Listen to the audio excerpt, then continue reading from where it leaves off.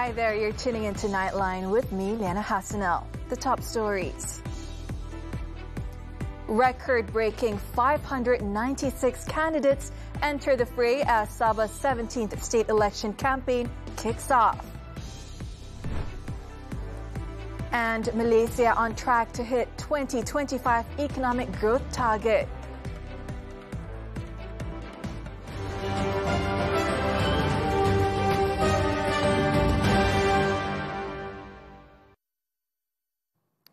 Good morning. The battleground for the 17th Sabah state election has opened on Saturday as campaigning for the state polls officially begins. According to the Election Commission, a record-breaking 596 candidates and 24 political parties have stepped into the ring, vying for a total of 73 state seats across Sabah. In Sulaman, Chief Minister Datuk Sri Haji Noor will defend his seat in a five-cornered fight. Contesting under the Gabungan Rakyat Sabah banner, he faces candidates from Barisan Nasional, Perikatan Nasional, Warisan, and Parti Impian Sabah. Nomination papers were submitted at Dewan Sri Sulaman in Tuaran. BN's candidate, Dr. Shah Non Rizal Tajuddin, was the first to arrive at 9:04 a.m., followed by Hajiji, who submitted his papers at 9:06 a.m. Warisan's Mokhtar Hussain, PN's Tiamina at Siti Aminah Eli, and PIS candidate Pajuddin Nordin filed their nominations shortly after. The returning officer for the Sulaman constituency, Ibrahim Turki, made the official announcement. Hajiji has held the Sulaman seat since 1990. Meanwhile, Hajiji reaffirmed that while GRS respects healthy competition among its partners, any GRS component party member who chooses to run as an independent will face immediate expulsion. Bagi parti-parti yang friendly contest itu, kita boleh terima, tetapi bagi ahli-ahli GRS yang bertanding calon bebas, kita akan ambil tindakan untuk memecat mereka daripada parti. Ini kita tidak boleh bertolak ansur. Hajiji expressed confidence that GRS, together with Pakatan Harapan, will secure majority support and return as state government. Nominations for the Lamak state seat saw Sabah Barisan Nasional Chairman Datuk Sri Bung Mokhtar Radin facing 5 other contenders. Bung Mokhtar arrived with Sabah UMNO Secretary Datuk Jafri Arifin, who is also Barisan Nasional's candidate for the neighbouring Sukau seat.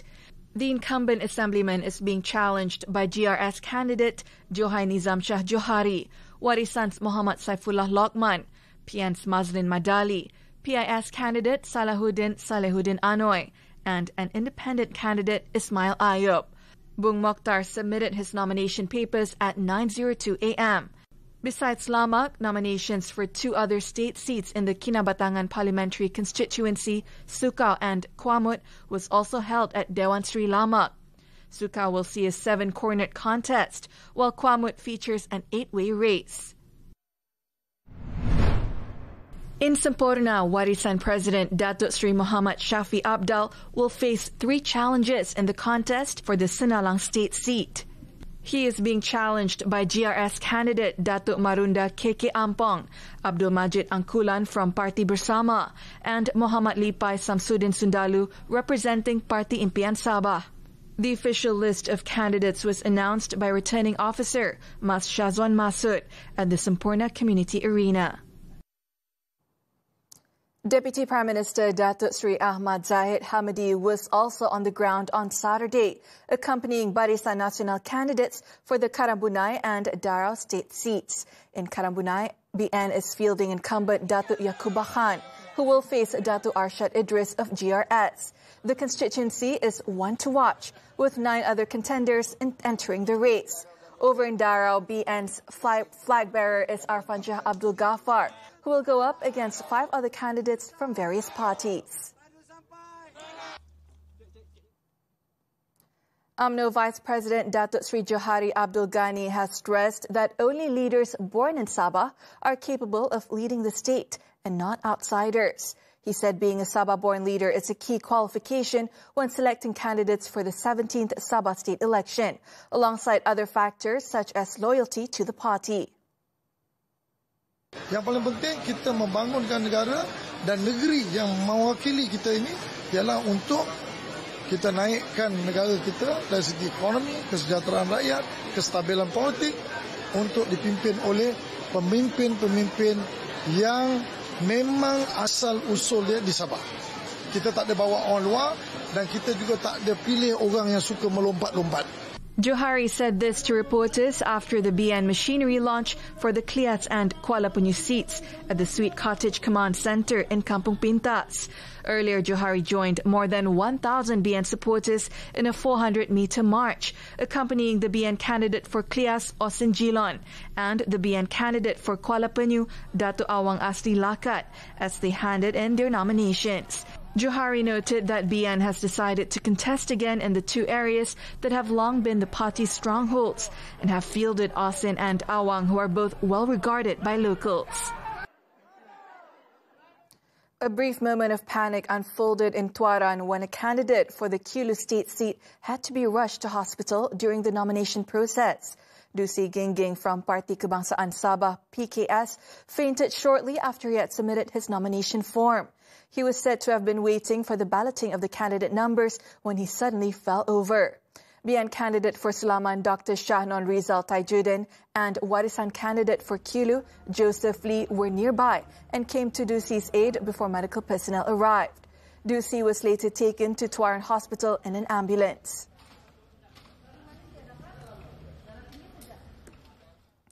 Once all nomination centres closed at 10 a.m., the Election Commission Chairman, Datuk Sri Ramlan Harun, confirmed that 596 candidates have qualified to contest in the Sabah polls. This marks the highest number of candidates in the state's electoral history, with independent hopefuls making up a significant number of stage in the submissions at 74.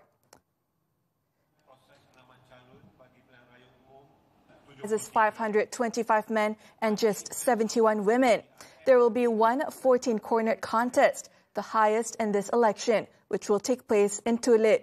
Meanwhile, 4 constituencies will see 13 cornered flights. The oldest candidate is Thomas Anggan, aged 86, of Parti Kebangsaan Sabah, who is contesting in Bingkor, while the youngest is Shafiq Iqmal Saharuddin, 24, who is from the same party but vying for the Silam seat. The campaign period officially runs until midnight on November 28th.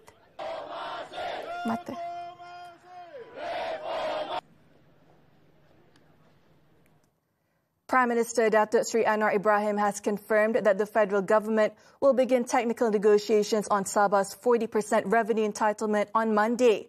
The meeting in Kota Kinabalu will bring together the Treasury Secretary General together with officials from the Sabah state government. According to the Prime Minister, the discussions aim to resolve pending technical issues in the Malaysia Agreement 1963, in line with cabinet decisions. Selaku Perdana Menteri mewakili Jemaah Menteri dan Kerajaan Persekutuan, kita tidak rayu soal 40% itu hak Sabah. Apa nak politikkan lagi? Nak pilihan raya lah. Nak kempen lah. Apa nak politik hal ini? Dulu kamu tak cakap. Masa kamu ada kuasa, kamu tak tolong rakyat. Kamu kayakan diri kamu dan keluarga kamu. Sekarang kamu bicara soal rakyat. Anwar was speaking at the Temu Anwar Harapan Urang Muda Sabah program in Penampang. He reiterated that the government's appeal is not about Sabah's 40% entitlement, but rather concerns regarding certain aspects of the court's judgment. You must understand this. Because Hakim kata, kerajaan-kerajaan sejak 1974 melanggar prinsip perlembagaan. Unconstitutional. Salah. Jadi saya rasa, saya tak mau jadi Perdana Menteri, nak hina Perdana Menteri dulu, Tun Razak, Tun Hussein Ott, Tun Mahathir, Datuk Sri Najib, sehinggalah saya ni. Apa yang kita nak? 40%. Tak payahlah hina pemimpin-pemimpin dulu, faham tak? Sebab tu saya nak minta peguam negara rayu supaya betulkan yang ini. Anwar said the federal government remains committed to resolving the claim respectfully and responsibly, and urged political actors not to turn the matter into campaign ammunition or to undermine national unity. Meanwhile, speaking during an event in Buletin on Saturday night, Anwar assured Sabahans that the state's long-standing water supply issues will be resolved by next year. He said the federal government has increased its allocation for Sabah, adding an additional 1 billion ringgit to specifically tackle the problem. Sebab itu kita tambah belanja. Berapa untuk air? 1 bilion. Tahun depan, insyaAllah 2026, masalah air Sabah selesai.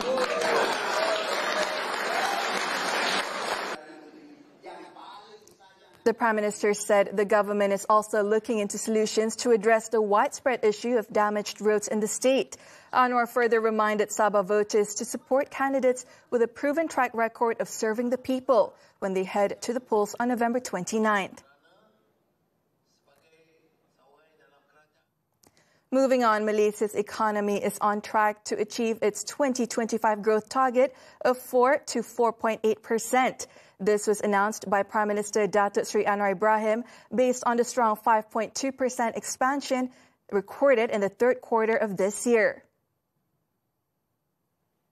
In a statement by the Finance Ministry on Saturday, Malaysia's gross domestic product (GDP) growth in the third quarter was driven by resilient domestic demand, which expanded by 5.8%. It was further supported by strong household spending, a stable labour market, and controlled inflation. Social assistance programs such as Sumbangan Tunai Rahmah and Sumbangan Asas Rahmah also contributed to consumer spending. The growth was also driven by higher exports.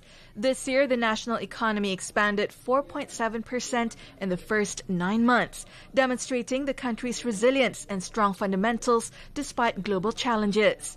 The labour market also recorded 3.1% growth to 17 million people, while unemployment remained at 3% and inflation stood at 1.3%. Manufacturing sector sales rose by 3.5%, and the industrial production index increased by 4.9%. Similarly, total trade expanded 3.7%, with the trade surplus reaching 50.3 billion ringgit. The ringgit also remained stable, emerging as one of the best-performing currencies in Asia. UNITAR International University, UNITAR, continues to spearhead Malaysia's digital education transformation, evolving from a pioneer of virtual learning since 1991 to integrating artificial intelligence AI components across all its programs. This initiative reflects UNITAR's commitment to nurturing graduates who are ready to lead, in line with its 35th anniversary campaign next year under the same theme, Rise Together.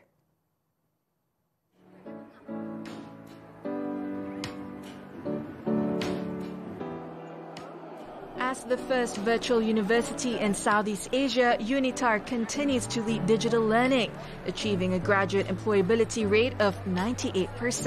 We have introduced AI-integrated modules in collaboration with Microsoft. By the end of the year, all the classes will have AI component in the classes. And we were the first private university to address the AI wave in English. This initiative is guided by UNITAR's mission to offer accessible, flexible, and inclusive education, empowering every student to rise together and achieve their dream future. UNITAR International University is a very inclusive university. Dia membagi saya satu pentas untuk adapt kepada perubahan yang saya perlu sebagai seorang guru. In celebration of its 35th anniversary, UNITAR held the largest convocation ceremony in its history, welcoming over 4,000 graduates from across the nation, including the inaugural cohort of the Doctor of Business Administration program. Additionally, UNITAR will hold an open day on December 13th at its main campus in Klanajaya, Selangor, giving the public a chance to explore and learn more about the programs on offer. Hari Open Day ni ada banyak offer-offer yang paling bagus. Ada diskaun, ada scholarship. Tempat yang paling bagus untuk anda berada pada 13 hari bulan Disember adalah definitely UNITAR.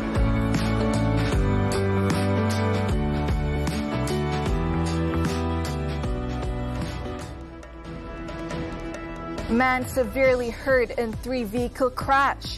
The details after this breather.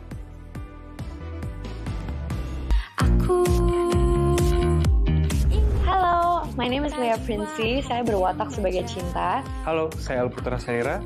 Saya memainkan watak Rangga. Halo, saya Riri Riza. Hai, saya Mira Lesmana. Jangan lupa nonton film Rangga dan Cinta sekarang. Beli tiketnya sekarang. Dapatkan tiketnya sekarang.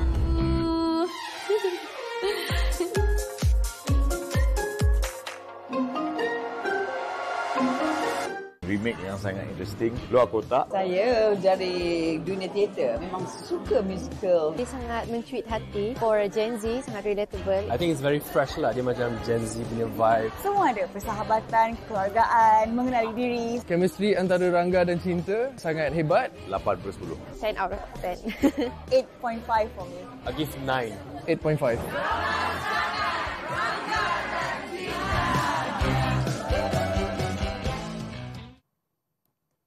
Back on Nightline.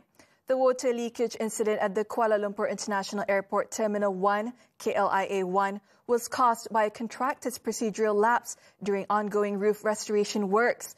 The findings were announced by Malaysia Airports, which described the incident as unacceptable. Malaysia Airports said the incident occurred amid scheduled waterproofing and drainage maintenance on the main terminal roof. During the incident, intensified lightning activity prompted the contractor to suspend work immediately and evacuate the rooftop in line with safety protocols. The contractor failed to remove plywood covers used to protect drainage points, leaving one drainage system blocked. When heavy rain followed, the obstruction prevented water from flowing off the roof, causing it to accumulate and leak through the ceiling into the departure hall. Malaysia Airports is taking strict action against the contractor to address the lapse, including the introduction of immediate improvements to work procedures. In Selangor, a man was critically injured while 2 others were slightly hurt following an accident in Sungai Buloh on Saturday. The 3-vehicle collision occurred along Jalan Kuala Selangor at around 8:20 a.m. Selangor Fire and Rescue Department Assistant Director of Operations, Ahmad Mukhlis Mokhtar, said a team of 6 personnel from the Sungai Buloh Fire Station were deployed to the scene after they were alerted of the accident.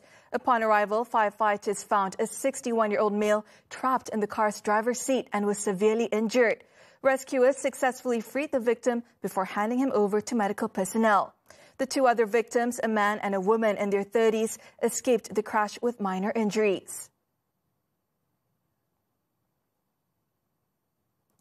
The remand order for the 13 individuals, including 2 former followers of the banned Ayah Pin cult who participated in a gathering in front of the Kelantan Royal Palace, has been extended for another 2 days.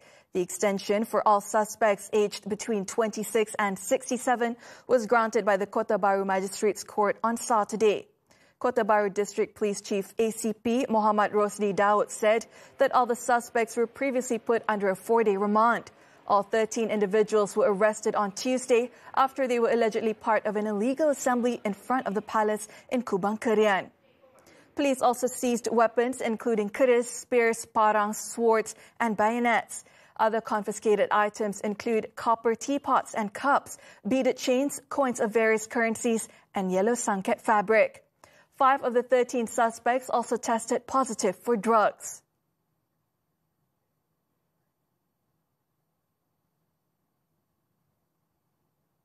Also in Kelantan, a monkey trainer and his friend have been remanded for 4 days over alleged cruelty towards a macaque. Their actions were captured on video, which went viral and has sparked public outrage among animal lovers.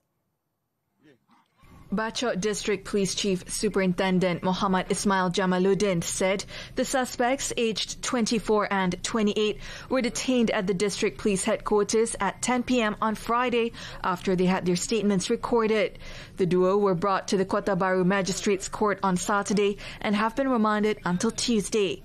Officers also seized a mobile phone and a male macaque. The mammal was handed over to the Veterinary Services Department for examination.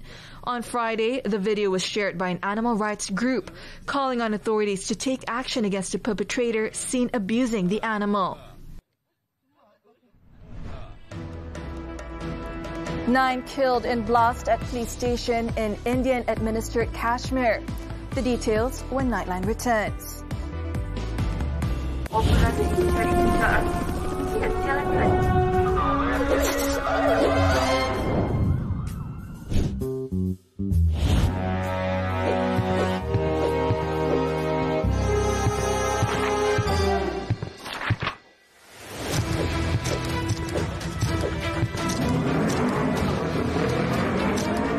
Gosip ke glam, siapa yang betul-betul gegarkan sosial media anda? Jom kita cari di obrolan paling viral online. 3 tahun lalu menjadi detik pilu buat Fazilah apabila anaknya Nur Aira Shazira, 12 tahun, disahkan menghidap penyakit spina bifida. Dia punya kekuatan tu dia tak boleh nak tampung berat badan dia. Sebab dia punya kekuatan daripada buku lali dia langsung tak ada.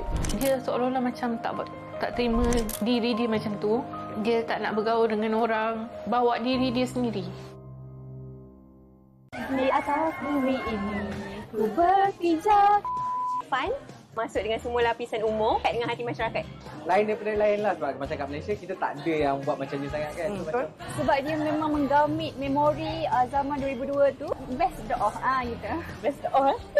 Sebab movie ni sangat best. And dia buat kami blushing. Saya sangat rindu zaman sekolah sebab benda tu tak akan ulang lagi. 9.5. 9/10. 9.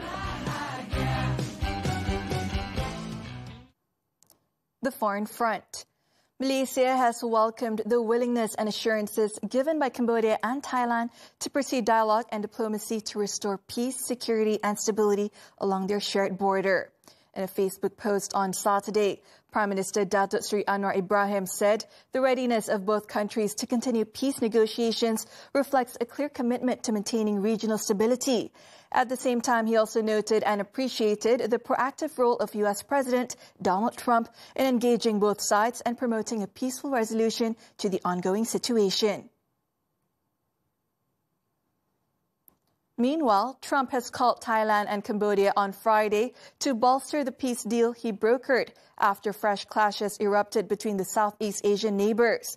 The White House said the U.S. president expressed confidence that both countries are doing great and will be fine.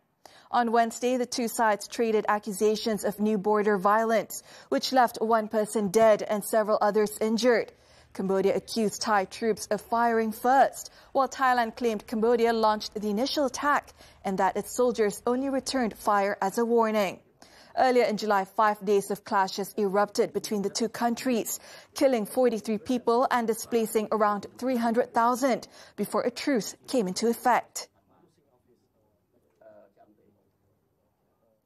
8 people died after an allegedly overloaded ferry carrying sacks of cement sank in the Mahakam River, a major waterway in East Kalimantan amid a strong current. Officials said the incident occurred on Monday evening when the vessel, carrying 28 people, including 3 crew members, went down in the upper reaches of the river in West Kutai Regency. 20 people survived and were taken to nearby hospitals, while 8 others were reported missing. A search and rescue operation was immediately launched, covering a 15-kilometer stretch downstream and involving 50 rescuers using rubber boats. At about 11:50 p.m. local time on Wednesday, all 8 missing persons were found dead, floating in the river. Authorities said strong currents and overloading are believed to have caused the fatal incident. At least 9 people were killed and 31 injured when confiscated explosives accidentally detonated at a police station in Indian-administered Kashmir late on Friday. The massive blast ripped through the building, setting it and several vehicles on fire. The explosion was so powerful that body parts were recovered from houses 100 to 200 meters away. Police said most of the dead were officers and forensic staff examining the explosives, and several injured remain in critical condition. Authorities are still investigating the cause of the blast and the extent of the damage. The incident comes just days after a deadly car explosion in New Delhi on Monday, which killed at least 8 people near the city's historic Red Fort. US President Donald Trump would likely to sue the British Broadcasting Corporation BBC by next week for between $1 to $5 billion after the broadcaster admitted that it had incorrectly edited a video of his speech, but insisted that there was no legal basis for his claim. Trump told reporters aboard Air Force One on Friday that he plans to call British Prime Minister Sir Keir Starmer over the weekend, saying Starmer had tried to reach him and was embarrassed by the incident. His lawyers had sent the BBC a letter on Monday accusing the network of defaming him with the edited clip of his remarks before the January 6th Capitol riot, demanding an apology and compensation. The dispute has plunged the BBC into its worst crisis in decades, leading to the resignations of 2 senior leaders and heightened political scrutiny. A major fire at the Eland Fashion Logistics Center in Cheonnam's Dongnam district was brought under control after more than 9 hours of continuous firefighting early Friday. The blaze broke around 6:10 a.m. local time at the 4-story warehouse in Pung Simeon, which contained large amounts of clothing, shoes, and other highly flammable goods. Authorities raised the alert to level 2 as the fire spread quickly. About 435 fighters, 11 helicopters, and 63 fire trucks from Cheonnam, Asan, and nearby cities were deployed. Thick black smoke blanketed surrounding areas as the first and second floors were largely destroyed. Cheonnam officials issued an evacuation alert and warned residents about smoke inhalation risks. Despite the scale of the incident, no injuries were reported.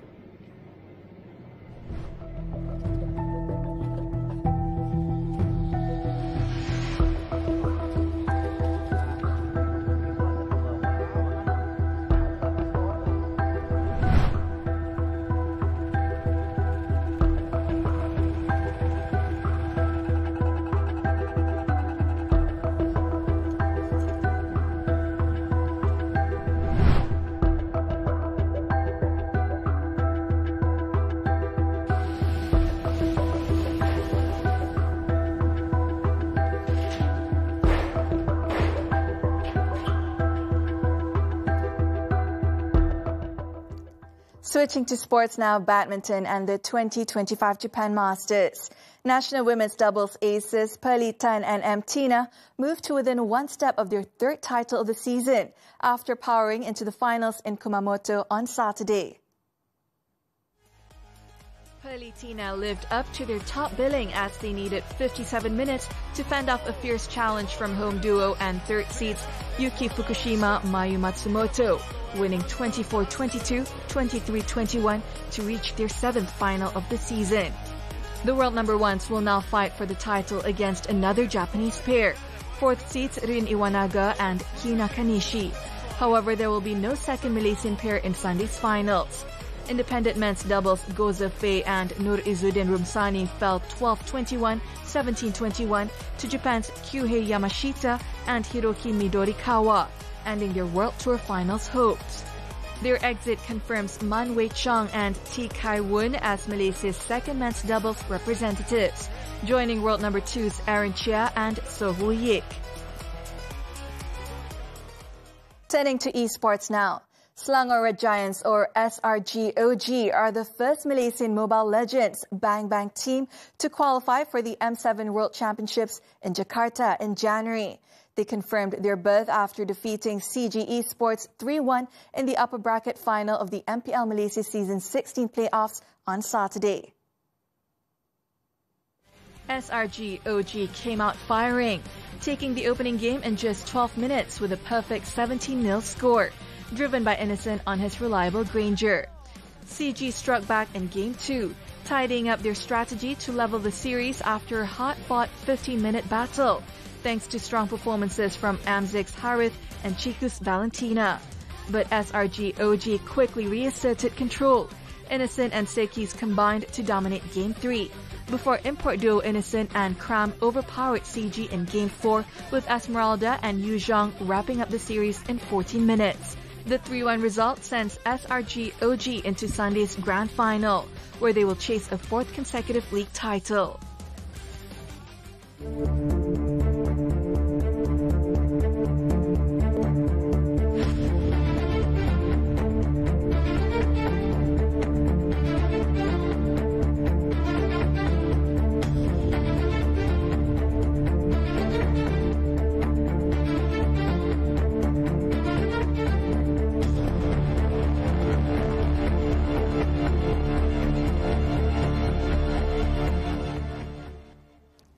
And that concludes Nightline this time around.